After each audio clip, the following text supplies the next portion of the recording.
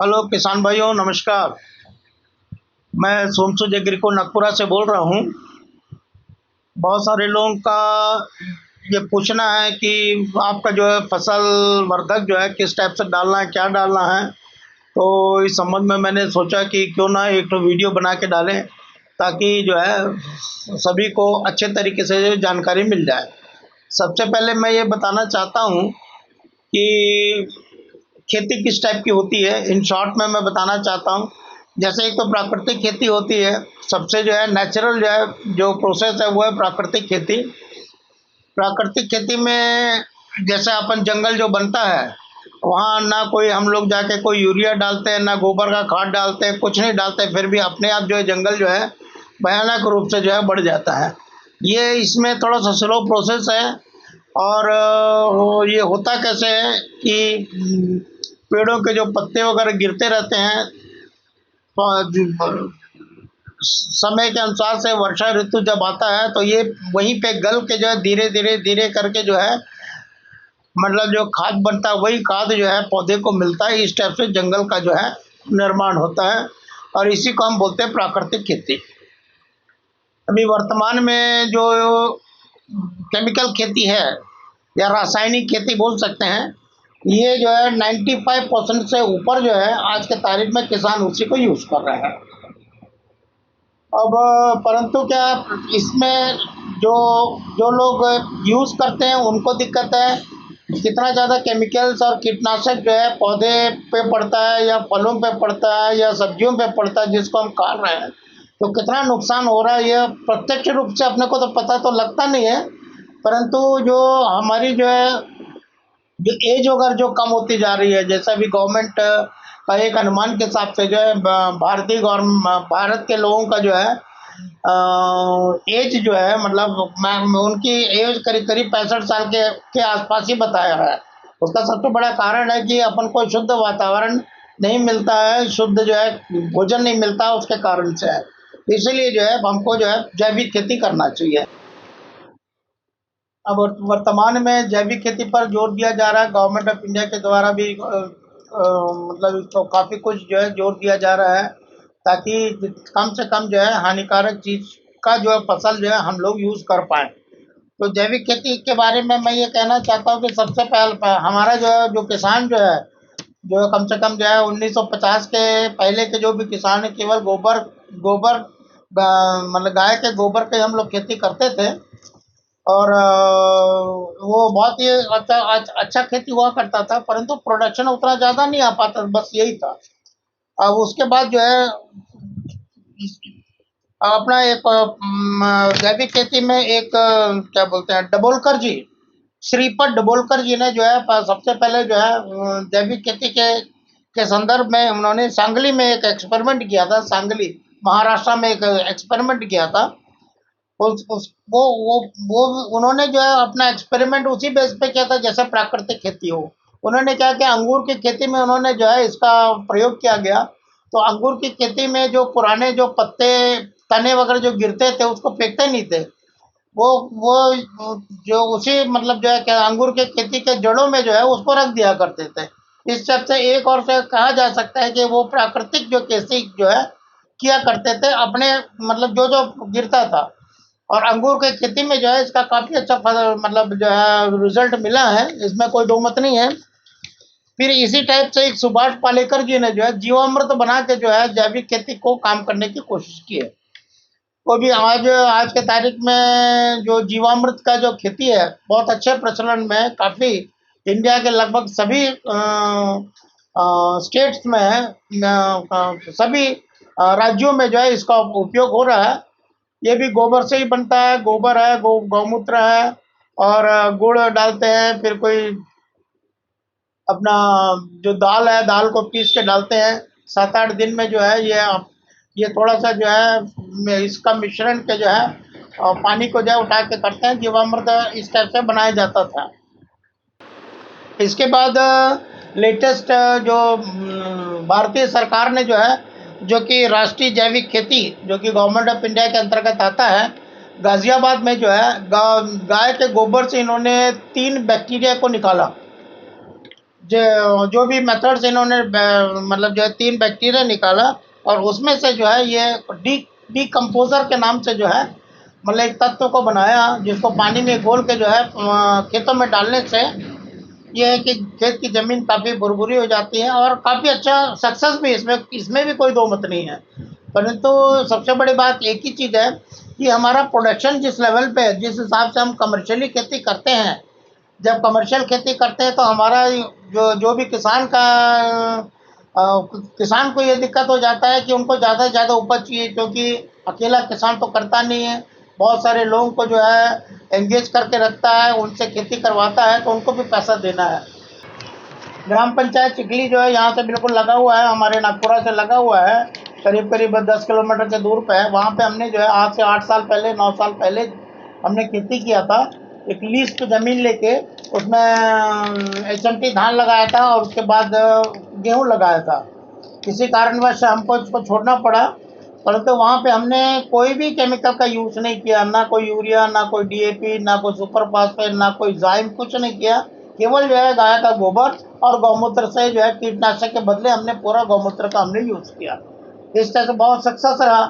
तो मैं तो इसको सब देखते हुए जो भी पद्धति जो दूसरे जो वैज्ञानिक या पुराने जो लोग जो करते आ रहे हैं, उसका मिक्स में हमने ये देखा कि अगर ह्यूमिक बेस्ड अगर खेती अगर करेंगे तो इसमें बहुत ज़्यादा उत्पादन भी आ जाएगा और बहुत अच्छी खेती भी आ जाएगा, बहुत ईजी वे में हो जाएगा।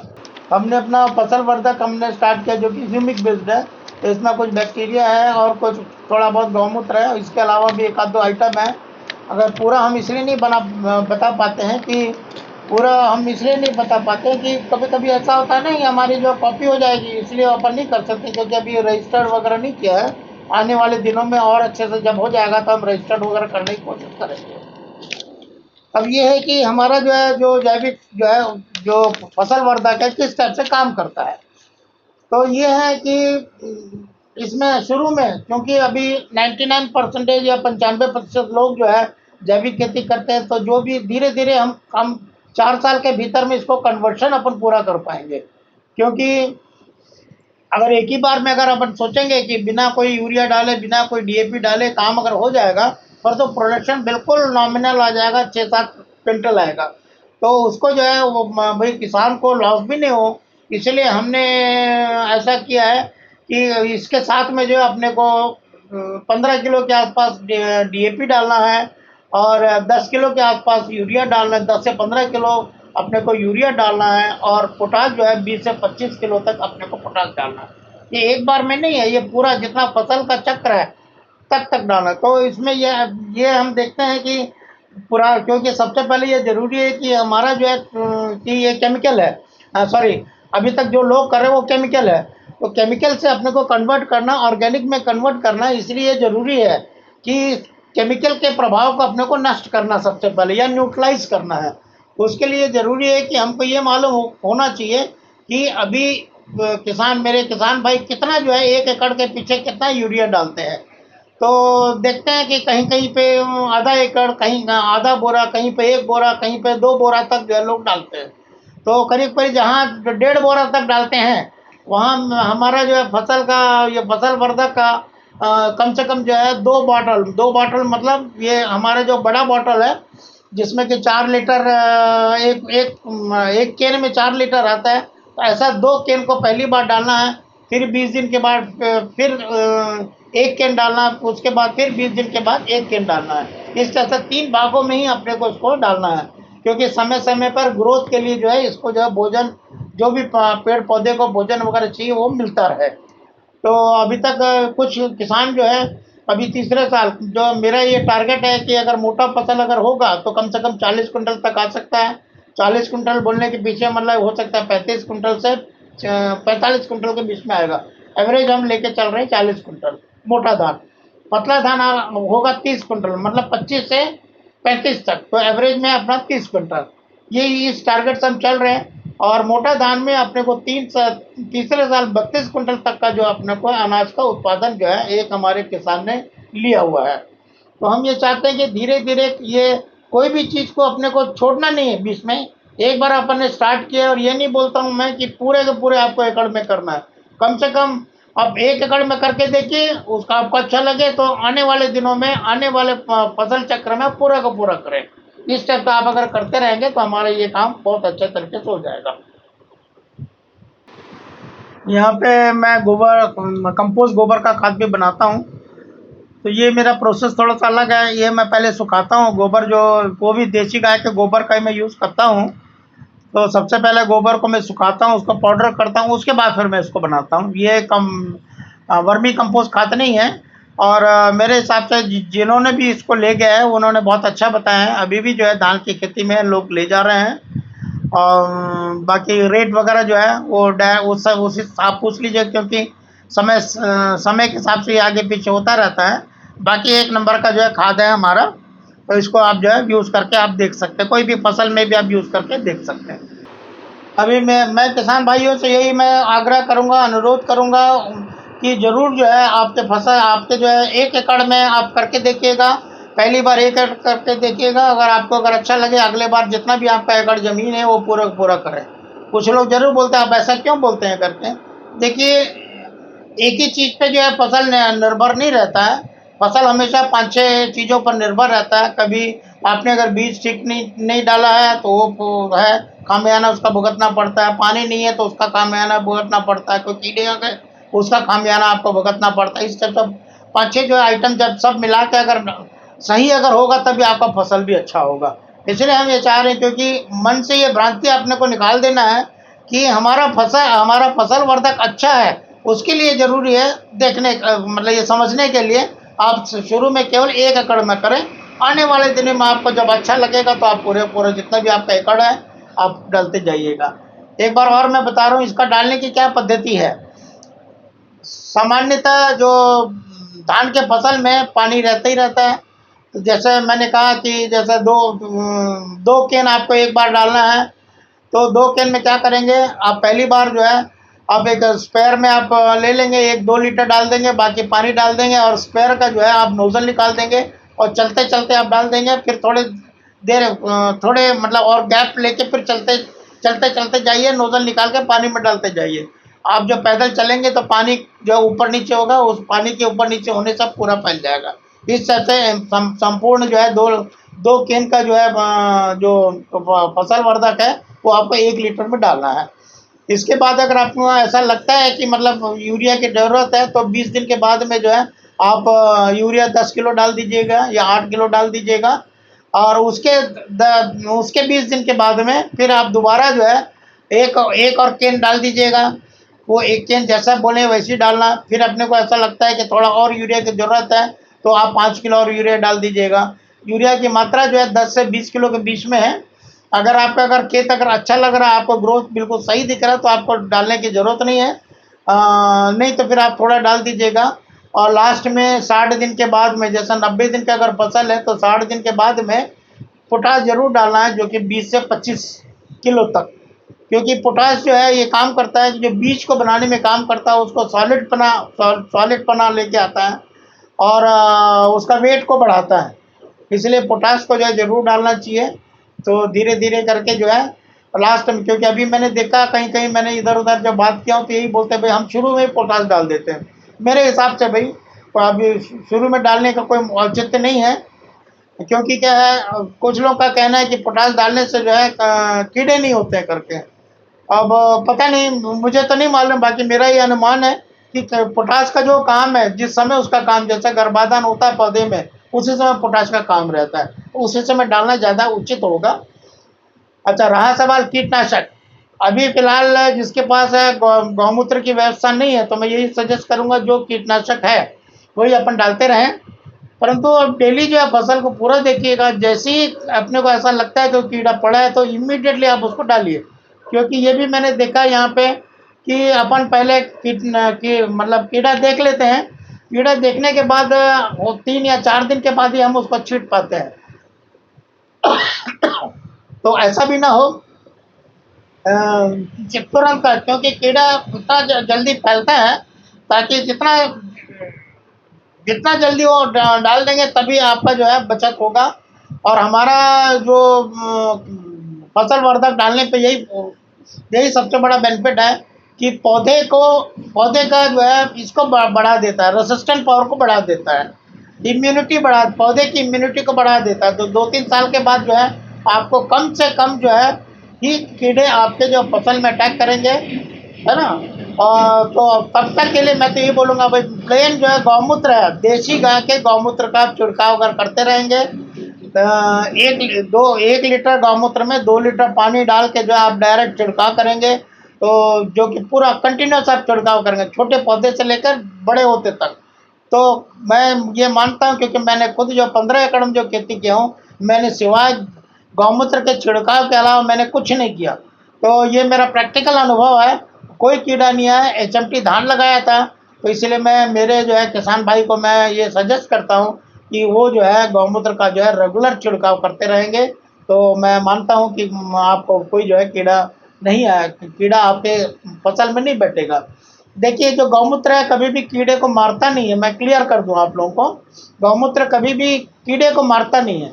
इसके स्मेल से कीड़े बैठते नहीं हैं, इसके स्मेल से, गौमूत्र के स्मेल से कीड़े बैठते नहीं हैं। जब कीड़े नहीं बैठेंगे तो आपके फसल पे जो कोई भी कीड़े होने के चांस रहते नहीं, क्योंकि कीड़े फैलते हैं कि कीड़े लोग जहाँ भी बैठते हैं उनके पैर में जो कीटाणु आ जाते हैं, वो कीटाणु जब हमारे बैठते हैं, जब पौधे में बैठते हैं, तो पौधे में जो है इस टाइप से रोग होता है। तो जब कोई भी कीटाणु अगर बैठेगा नहीं, कोई मक्खी नहीं बैठेगा, कोई मच्छर नहीं बैठेगा, तो ये मान के चलता हूँ कि उसमें मतलब कोई रोग होगा नहीं। और हमारी जो प्राचीन जो पद्धति है उसी को जो यूज़ करके जो है अच्छे से अच्छा जो है जैविक खेती करें, यही हम आपसे कामना करते हैं। और यही इसके लिए हम जो ये काम जो पिछले 3 साल से हम कर रहे हैं, और जहाँ जहाँ हमने दिया है वहाँ वहाँ बहुत अच्छा रिजल्ट आया। हो सकता है किसी को जो है उसका उत्पादन कम आया होगा, उत्पादन कम आने के पीछे यही है कि हमको सही गाइडेंस नहीं दिया होगा। सही गाइडेंस मेरे को नहीं दिया, इसका मतलब ये है कि मैं जब पूछता हूँ, सब किसान से पूछता हूँ, भैया आप टोटल शुरू से अंत तक कितना आप यूरिया डालते हो, वो बोल देते हैं कभी एक एकड़ बोलते हैं, बाद में पता लगता है वो 150 दो बोरी डालते हैं, तो न्यूट्रलाइज नहीं हो पाता, जिस हिसाब से जो है उसका प्रभाव ख़त्म नहीं हो पाता। क्योंकि जब तक कि जो है केमिकल का प्रभाव ख़त्म नहीं होगा, केमिकल के प्रभाव ख़त्म होने के बाद ही हमारा जो है फसल वर्धक जो काम करेगा, उसके कारण से जो है लोगों को जो है उसको जो रिज़ल्ट जो है उतना प्रॉपर आता नहीं है। बाकी अगर आप एक्सक्लूसिवली इसको अगर करोगे तो मैं निश्चित मैं कह सकता हूँ कि आपका फसल जो है दिन ब दिन जो है बढ़ते जाएगा। और मेरा जो जैविक जो खाद जो है ये काम करता है कि इसमें कार्बन की मात्रा को बढ़ा देगा, भूमि में कार्बन की मात्रा को बढ़ा देगा। तो भूमि में कार्बन की मात्रा बढ़ा देगा, इसका मतलब ये है कि कार्बन के कंटेंट्स बढ़ने से हमारे जो जो खेतों में जो केचुआ है या घेंघुआ जो पड़ा हुआ है वो बाहर आ जाएगा। परंतु यही हम 4 साल का एक टारगेट रख रहे हैं, क्योंकि अभी हो सकता है घेंघुआ 10 फीट होगा, 15 फीट होगा, 20 फीट होगा, ये अपने को नहीं मालूम। तो जो बाहर में जो दिख रहे हैं वो हो सकता है कुछ मर जाएंगे, बाकी हमारे जो दवाई को यूज़ करने से मैक्सिमम 4 साल के भीतर में पूरा घेंघुआ ऊपर आ जाएगा। एक बार घेंघुआ अगर ऊपर अगर आ जाएगा तो घेंघुआ कभी सोता नहीं है, वो एक जगह से निकलता है दूसरी जगह जाता है। ये हमारा देसी केंचुआ का यही गुण है। तो दिन मतलब 365 दिन जो है आपकी खेत की जुताई करता रहेगा।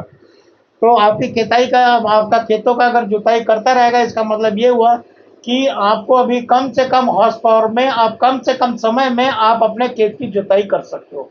दूसरा, क्योंकि आपका पोला हो गया, घेंघुआ आने से जो है आपका जो ज़मीन पोला हो गया, तो इसका मतलब ये है कि ज़मीन में जो पानी जब गिरता है, जो बरसात के मौसम में मैक्सिमम जो है पानी जो है आपके भूमि के अंदर जाता है, और इस तरह से वाटर का लेवल को बढ़ा देता है।